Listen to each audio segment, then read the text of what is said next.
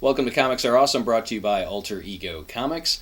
This is not Josh. This is actually Mark Miller, who is a past guest on the show. You can go way back, like years back, into Alter Ego Comics TV archives and find our first interview with Mark. But Mark is a native of our small town of Lima, Ohio, and has found some success in the comic book industry with writing a number of things for Zenescope and Black Mask. And he's in town for the holiday. Wanted to stop in and kind of catch up and find out about his new project, Gravetrancers. Yes, Gravetrancers. Great. Yes. Okay, so let's talk about it. What's the pitch? It's a 4-issue series. It's very much a horror series. My last couple books have been a little lighter, a little bit more, maybe not all ages, but it was definitely more PG-13, and this is more of a, I don't know, this is a hard R, I guess, sort of book. Yes, it is. Yeah, it's definitely not for the kids, but I don't know, when I was a kid, I loved horror stuff, and so I saw a lot of stuff that I probably shouldn't have. So that's probably has a lot to do with the kind of ghoulish person that I grew up to be now. So He's ghoulish on the inside. yes. But yeah, Gravetrancers it's kind of came from a true story about. Sorry, my phone is going off here. Sorry, but it's kind of it sprouted from a news story that happened in Chicago just a few years ago. There was a graveyard that was reselling their plots, and basically they were just tossing the bodies in the back of the cemetery, and they were reselling those plots for profit. And so they were raking in quite a business doing that.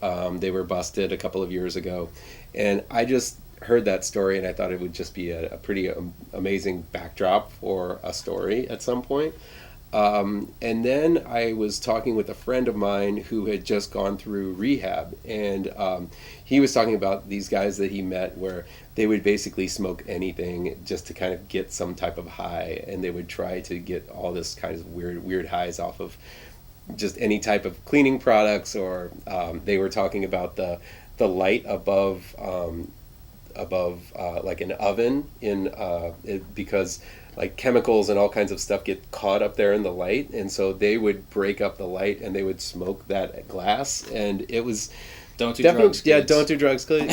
And it's definitely not something that I would recommend for anybody to do, but definitely it kind of, I heard of that, and then I remembered that other story, and it kind of all clicked together that so the story is basically about a graveyard that sells their plots, and in the back they do have like sort of a body pit, but they make use of those bodies by making a kind of a potent hallucinogenic drug out of the bodies. So it's basically smoking corpses, basically. Yeah, it's a human meth lab. Yes, like a meth lab. It's Breaking Bad, except a horror version of Breaking Bad, sort of. And I have two characters, Maribel and Anthony. They are in search of their father's grave. They're looking for some type of closure. And both of them are on kind of different levels of where that closure is for them. And so I wanted to play around with that and just see the differences between the two and how the two would react to this meeting, or just seeing the gravestone of their estranged father for the first time in years. And so that was kind of like the emotional core of the story, and it remains that way through the entire story. But we're introduced to those guys at the beginning of the issue. They're searching for their grave. It happens to be in this graveyard, and they end up kind of uncovering all of the illegal and ghoulish stuff that happens there. And so that's the launching point for this sort of story. And I've read the first issue. You shared the first issue with me. I'm sworn to secrecy Yes. on all the details, but those of you that have watched this for a while, I always say that I'm not really a horror fan, but there are certain books that work for me, like American Vampire, or I don't know what else. That's the only one that comes to mind. Yeah. But there are other things that actually Batman's kind of a horror. Yeah, there are lots of different types of. I guess gory horror has never worked for me. Yeah. And this was one that I was able to enjoy the story, and not be put off by the content or put off by the premise. actually found it really interesting. And the people that run the graveyard, it's a graveyard, funeral home, and there's a church on the property as well. So it's like an all-in-one, all-in-one, yes. all-in-one service. Yes, and they are really creepy. Yes, so the main characters, I think, are very relatable. That people will be able to pick that up and relate to Maribel and Anthony. And Maribel is a recovering addict, so that plays a role in what's going on in the story as well. Definitely, and I definitely wanted to make to have that aspect in her as well. That kind of adds to just a little bit more of the complexities that are going on, because she's going to be facing these this drug sort of thing, and at one stage. Both of them, both Maribel and Anthony, Anthony is more naive. He's more of an innocent. He was very young when his father left them, so he doesn't have a lot of memories. Maribel was older, and she has the memories and kind of like the emotional scars to kind of prove that. So seeing those two characters. That was really important to me, just to have those two characters there in the book, and make them as relatable as possible on an emotional level, because then you put them in peril, and you're there for the absolutely. ride. If you can't relate to the main characters, then you don't care. What happens. So. Yeah. Let's talk about the artist on the book. Who's doing the art? The artist is James Michael Wynot, and I've been working with him over the last year. Last spring, we were sort of introduced to each other. Black Mask. I was talking about. I actually do a lot of looking on Facebook and looking on just artist pages, just for people I would like to work with at some point. Black Bass came to me, I was talking about this Gravetrancers sort of story, and there was this kind of like list of people, and I recognized a couple of the names on there, and so one of them was James, and I liked his style because it's sort of we were talking earlier, a little bit of a Honan Vasquez, Johnny the Homicidal Maniac's sort of style, mixed with kind of like an ultra fine detailed sort of like aspect. His inks are very heavy, but there's a lot of atmosphere and environment in his stories. So I thought that, given the fact that part of the story takes place underground and part of it takes place most of it, basically it all happens in one night. So there's going to be a lot of darks. So I wanted details that would pop out. We went with James, and James, so far it's been really cool just to kind of work with him. He lives in Florida, so we suffered a little bit of a setback because of the hurricane that went through Florida this year. So originally the book was supposed to be out in September, but we bumped it back a little bit so James could catch up on some of the pages and we could just kind of put it out. We didn't want any delays this time around. We didn't want anyone just kind of like buying the first issue or two. And we'll follow up on this in a minute. We'll get back to that.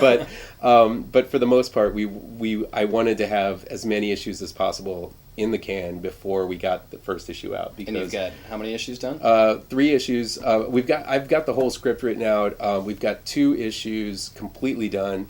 3rd issue should be for the most part it should be done by December 13th, at least by and it'll have like colors and everything. So we have a good lead on this one before. And I'm sure just working in the business how it's tough that this, as soon as the first issue comes out, there's just like this kind of landslide where all of a sudden you think you have all this time to make this comic, and it just you lose all this time. So it's good that we've had a little bit of a time to get everything together and put the issue together. So first issue, it's been polished. I wrote a first version of it that I liked it, but I felt it wasn't as succinct as possible. So I ran it by a couple of my friends, and they kind of agreed with that, which is good. I like it that when they're honest with me. So I went through and I basically did an entire rewrite of the first script and made it tighter, made it more emotionally kind of heavy and emotionally potent. I think I heightened the relationship between Anthony and Maribel, and also the relationship with this crazy Malort family that lives there.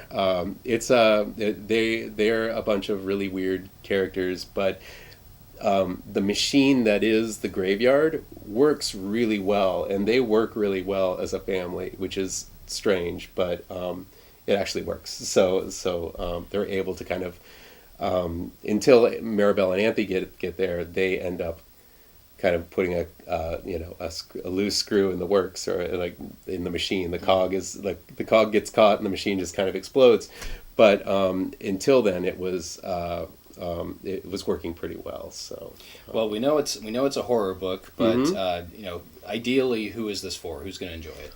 I think people who definitely horror fans, people who like stories that aren't going to be conventional stories that feel like there's a palpable kind of danger to it. I do feel that convention, when I know about what's going on in a story, that bores me to tears. And I definitely want to make it so that it feels like no one is safe. It feels like this thing could go in any direction. In the first issue, things happen that basically bring a whole bunch of other people into this kind of adventure, or this horror story. And I mean, I'll talk about it now, I guess. I mean, but basically, the cops are called, and usually in horror stories, or really any stories, the cops show up at the end to close. They're the ones that kind of aren't even a part of the action. They kind of just show up at the end, and you don't know they don't even know what's happening. And so all like the credits are rolling as they pull up to the crime scene. Roll credits. That happens in like the second issue, and so there are two more issues that go where the cops are kind of swarming the place, and it's more about what would happen if the police show up, and this is just another chaotic factor that's thrown into this kind of like massive chaos that's going on there anyway.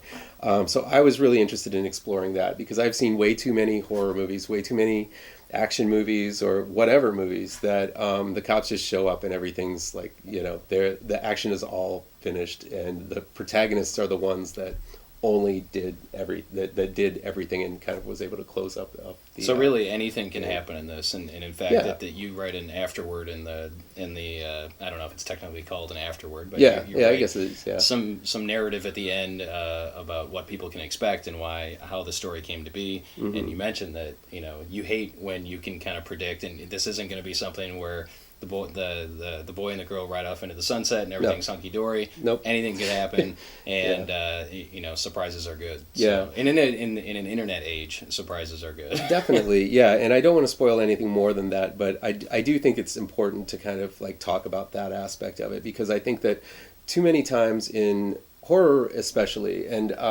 my other job is, I guess I don't know, my other passion is I write horror reviews on my own site, which is ML Miller Writes, and I daily now I put new horror reviews. And so over the last, I would say since 2010, I ended up I've reviewed thousands and thousands of horror movies, and so I see those conventions, and I can pretty much from beat for beat predict those things happening, and I just didn't want that to go on here. So that was my main focus in this story. On top of making the characters sympathetic, I mean, there are going to be characters in this book that you might be surprised at how you sympathize with them, and you might even start to like this creepy family a little bit. So yeah, there's a lot to like. They are creepy. I just pictured another scene in my head that we actually didn't talk about. There are a couple scenes that will jump out at you. Yeah. In the first issue, and yeah, one of them is kind of making me smile thinking about it. So, Gravetrancers #1, it's out December 13th. Yes, that right? It is. Yes. And we will have copies here at Alter Ego Comics. It Awesome. was one. We always support our local homegrown talent, Yes. even though he lives in Chicago now. Yes. That's where the inspiration for the story came from. Yeah. But we will have copies available. And I guess the other big question that I'm sure our Lima viewers have been asking themselves while they may actually be outside with torches and pitchforks. Yes. I don't know. But your previous series, don't know if it was immediately before this. Did you do a third Jungle Book before? I don't remember. I did a Jungle Book in between there. Okay, yeah, so it's like, I did a world tour. Well, previous Black Mask series. Yes, let's put it yes, this that's way, what it was is, a series yeah. called Pirouette, and the first issue came out. I believe the second issue came out. Yes, it did. Yes. And we trumpeted it pretty big here. We had you in for a signing. I appreciated that. And part of the story takes place in Lima. It's set in the past, revolving around a traveling circus and a little girl who's a clown who wants to be an acrobat. And then the third issue never came out. Yeah. So what's the scoop? In 2 or 3 minutes. In what's 2 the or 3 scoop? minutes, we had the technical difficulties that often happen. Basically, what I was talking about earlier, where we didn't have enough lead in, and then some crisis kind of happened. There were a couple of things that happened. Carlos Granda, who is a fantastic artist, lives in Colombia, so it's kind of difficult having an artist outside of the country, and then just unforeseen things happen, and it ended up getting delayed. And now Carlos has a couple of really bigger profile projects coming up, as do I. And so because of that, Black Mask thought it was a good time to release the entire thing. So the entire series in its entirety is going to be published in the spring of this coming year. And this is in graphic novel form. In graphic novel so form, we will never see a single issue of 3 and 4. Well, never I say don't know. never. I'll talk to him. I would An love Alter Ego Comics exclusive. I would love to do that. Yes, if I can convince them of doing that, just a limited print run, I will definitely do that. But it's going to be very affordable. I believe it's going to be $9.99, so it's going to be cheaper than it would have been if you would have bought all 4 issues. And for people that have bought issue 1 and issue 2, they won't feel like they're out a bunch of money by rebuying the first 2 parts of the story. Definitely, and this way you'll be able to pick up the entire story, read the entire thing, enjoy the entire thing, and I think it reads better that way. Again, this is a story that takes place all in sort of one night, and so it over a span of maybe a week, but I think that if you read the first 2 issues and are like kind of and have had some time in between there, it might be good to kind of refresh your memory. It's going to be. I think it's going to be received really well. I hope so, and I do apologize for everybody who I kept waiting for that.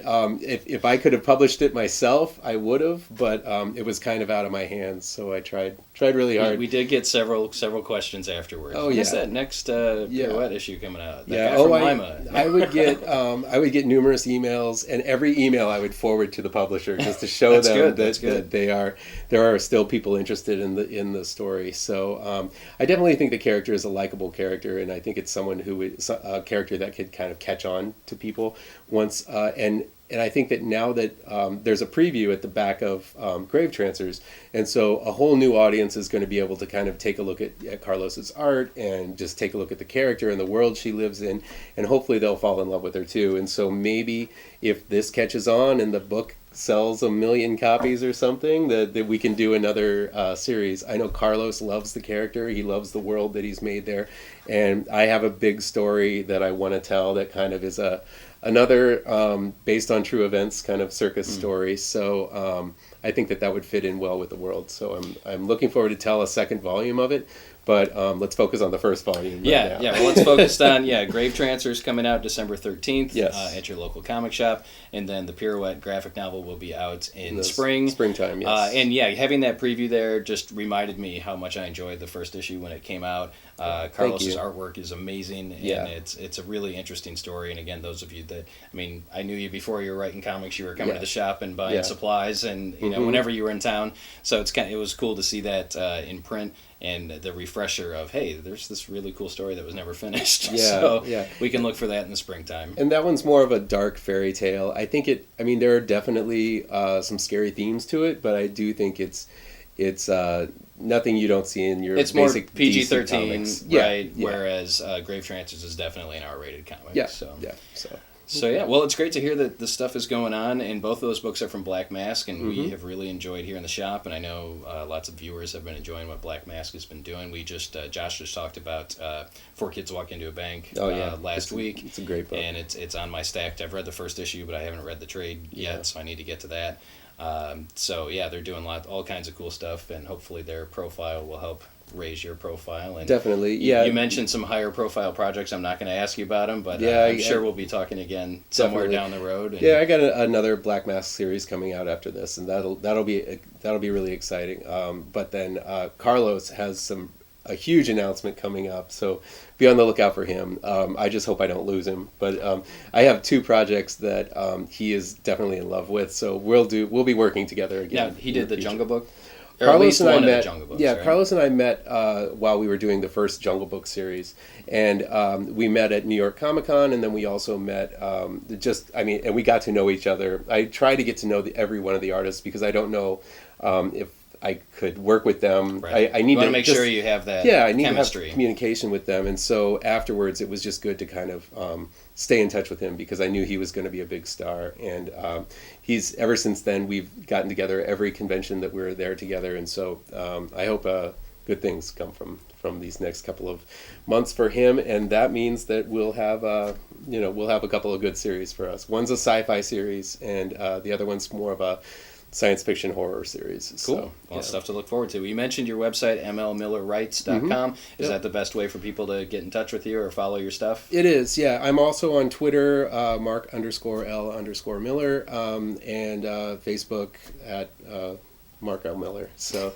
yeah, I'm all over the place. But ML Miller Writes, I have reviews, we have podcasts, we have all kinds of just fun stuff that go on there. We're doing countdowns every month. This month we're counting down the best sci-fi. Last month it was the best horror. Next month is going to be the best Christmas horror stories. Oh. So there's a lot of them. There's a lot of bad ones, but there are some good ones in there. So something to tune in for, folks. Yes. Well, I appreciate you taking the time to stop in on your holiday here. Always good catching up with you, and I'm sure we'll talk to you again soon. Yeah, definitely. Thank you. The end. Yeah.